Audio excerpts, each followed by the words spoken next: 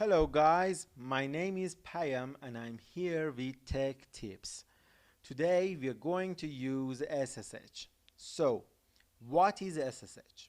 If you are a common computer user, you may heard about SSH and don't know how to use that. More importantly, why should you use that? SSH, also known as Secure Shell or Secure Circuit Shell, is a network protocol that gives users or system administrators a secure way to access a computer over an uncensored network. For example, we have a client here that wants to connect to this server over internet, and this client doesn't want being observed by hackers or governments and wants privacy.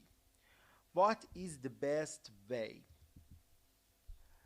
The best way is encrypt client's data with encryption key and send it to server. Server can use that encryption key and decrypt client's command. Another reason you want to use SSH is firewalls. Sometimes you want to send files or access server through HTTP or HTTPS, even in your local network, and you set up a secure firewall and you don't want to shut down your shield and disable your firewall. So you open SSH port on your server and connect from your computer. For more security, you can change default 22 port to any ports. Another reason you want to use SSH is what happened in this picture. In this picture, Blue server wants to connect to HTTP or port 80, and firewall block that access. Therefore, with the power of SSH, you can create port forwarding methods that allowed to forward 8080 port to 80 on red server with port 22 or SSH. This method calls tunneling. Blue server wants to connect port 18, blocked. You connect over port 22 from port 8080, that's not blocked, and you can access port 80 on red server. How SSH works? Actually, when you try to connect over SSH, client initiate the connection by contacting server.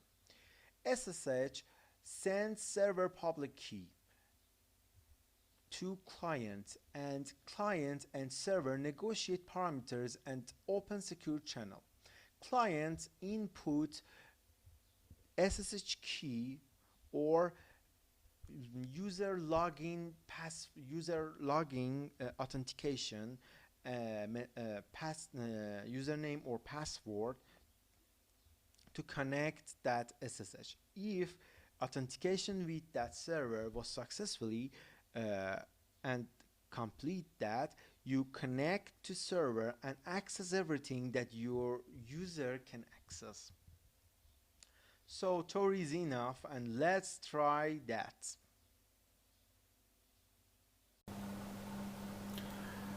Okay, before we start SSH, we need a server to connect to. I have a Proxmox data center here, and I have 3 containers. On one of these containers, I have CentOS, and on that CentOS, I have PHP server. If I go to this address, I create a test file, test.php, and I have hello world. My PHP version is that is not important. but I want to show you guys. I think php con info.php. Here is my PHP version 5.4.16, and this is my web server, and my, I think, content address is document root is var www.html, and at that I have a test.php. I want to connect with SSH and change this string hello world to, for example, hello my world. Okay, this is my IP address. If I connect, if I want to connect, I need this IP address or my domain name. This is my local server, so I don't have a domain name, and I have my IP address here.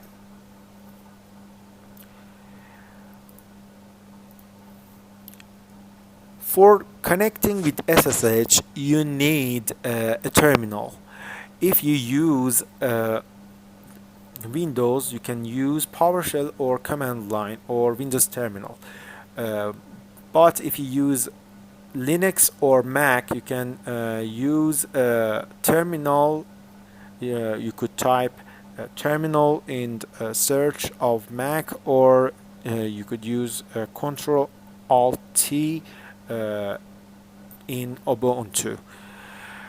When you open the terminal, you can type SSH, and after that you get how to use SSH. SSH have more attributes. Here is some of that attribute. The most important attribute you could use is -p. If you change the default port 22, you could change. You could connect with another port. The structure of SSH is SSH username at IP or domain name of server -p. For example, the port was 555. Here I have root at 192.168.155, and the port was 22, and I don't want it. After that, it is the first time you have a authentication fingerprint, and you get a RSA 256 SHR 256 encryption key, and you could type yes, and after that you get password. And now I use my password, and here we are connected to our server. I check I have Linux. Where am I? On the root. Okay, cd. I have cd var www, and I think html.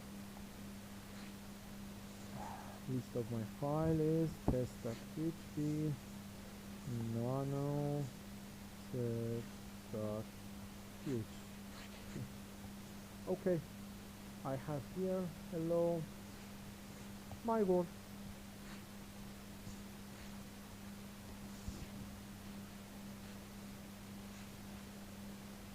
I change this file and I check it. Hello my world happens here. I change my server from my terminal. This could be far away my server. I check my IP address. Yes, I have this server. I should check is any update here, and everything I have a root user, and I can do anything on this server.